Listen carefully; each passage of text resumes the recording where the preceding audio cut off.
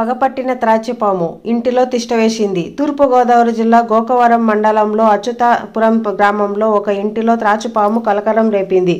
దడాల కన్నయ్య పుట్టగొడుగుల కోసమని 2 రోజుల క్రితం పొలాల్లోకి వెళ్లాడు. త్రాచుపాము ఎదురవడంతో భయంతో ఇంటికి వచ్చేశాడు.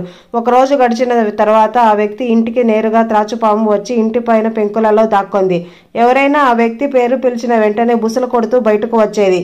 తన ఇంటిలో పాము ఉన్న విషయాన్ని గమనించిన కన్నయ్య వెంటనే రాజమహేంద్రవరానికి చెందిన మాధవ్ అనే స్నేక్ క్యాచర్కి ఫోన్ చేసి రప్పించి పామును పట్టించారు. స్నేక్ క్యాచర్ కొంతసేపు పామును ఆడించి ఇది గోధుమ త్రాచు పాము జాతికి చెందినదని అతడు అన్నాడు. పాముని తన సంచిలో వేసుకుని ఫారెస్ట్లో వదిలి పెట్టేందుకు తీసుకొని వెళ్లాడు. పామును పట్టుకోవడంతో కుటుంబ సభ్యులంతా ఊపిరి పీల్చుకున్నారు.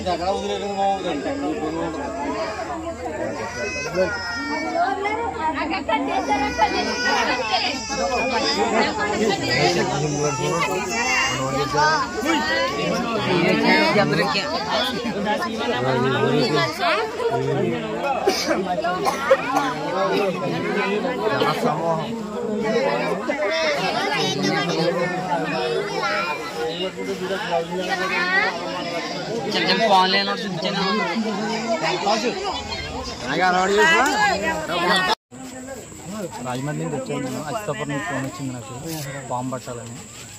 వచ్చి పట్టాను నేను. తాచుపాము అది గోధుమతో అది తీసుకెళ్ళి ఫారెస్ట్లో వదిలేస్తాను. మళ్ళీ నేను పాములు వేసి చంపున్నాను. నేను దగ్గర 10 సంవత్సరాల నుంచి పాములు పడుతున్నాను నేను.